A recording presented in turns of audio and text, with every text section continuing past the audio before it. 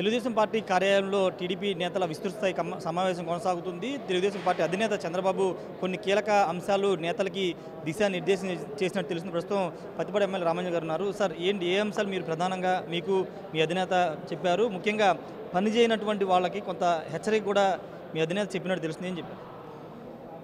చంద్రబాబు నాయుడు గారు స్పష్టంగా చెప్పారు, సర్వేలు అనేవి ఒక రకమైనటువంటి సర్వేలే కాదు, అన్ని కోణాల్లో 360 డిగ్రీస్లో 4-5 సంస్థల నుంచి కూడా ప్రజాభిప్రాయ సేకరణ అనేటువంటి జరుగుతుంది.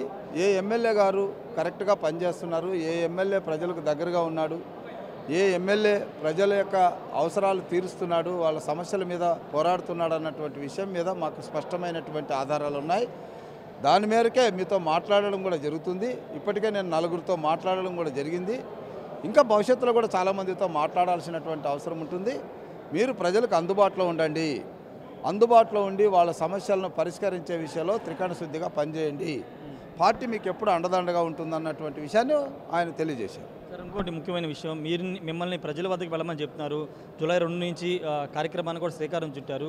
ఏం చెప్పబోతున్నారు? ప్రజలకు ఏం చెప్పాలని చెప్పారు? ఒకటే, మేము ఏదైతే ప్రజలకు వాగ్దానం చేశామో, ఏదైతే మేనిఫెస్టోలో పెట్టామో, ఆ పెట్టినటువంటి కార్యక్రమాలు సూపర్ 6 ద్వారా ఇప్పుడు ఇస్తున్నటువంటి కార్యక్రమాల గురించి తెలియజేస్తాం. 3,000 రూపాయల పెన్షన్ని 4,000 చేసినటువంటి విషయం చెప్తాం. తల్లికి వందనంలో ఎంతమంది పిల్లలుంటే అంతమందికి 15,000 రూపాయల చొప్పున ఇవ్వడం జరుగుతుందన్నటువంటి విషయం కూడా చెప్తాం. రేపు రైతు భరోసా కింద 20,000 రూపాయలు ఇస్తామని కూడా చెప్తాం. అంతేవిధంగా 3 సిలిండర్లు ఫ్రీగా ఇచ్చామని చెప్తాం.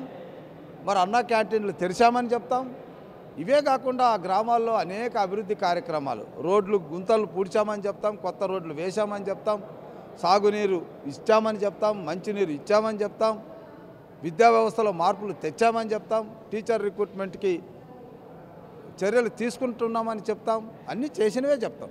అంటే మీరు చేసినవి చెప్తామని చెప్తున్నారు, కానీ ఏమీ చేయలేదు. బాబు షూరిటీ, మోసం గ్యారంటీ అని ఒక నినాదంతో ప్రజల్లోకి వెళ్ళాలి, ప్రజలు తిరగబడాలని జగన్ పిలుపునిస్తున్నారు. మోసం చేసే వాళ్ళకి మోసమే కనబడుతుంది.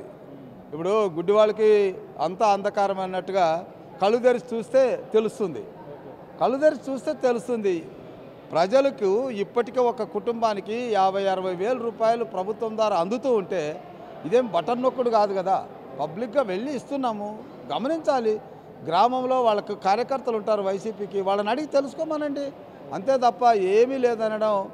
ఒకటి గుర్తుపెట్టుకోవాలి, అబద్ధాలు చెప్పడం ఒక సందర్భానికి పరిమితం. అబద్ధాలు కంటిన్యూ చేస్తే ప్రజలు పూర్తిగా విస్మరిస్తారన్న సత్యాన్ని గ్రహించాలి. Thank you sir. ఖచ్చితంగా అబద్ధాలు పదే చెప్తే ప్రజలు విస్మరిస్తారని రామాంజలి చెప్తున్నారు. ప్రజలకు ఏం చేశామో ఖచ్చితంగా వచ్చే నెల నుండి వివరించబోతున్నామని ఎమ్మెల్యే రామాంజలి చెప్తున్నారు.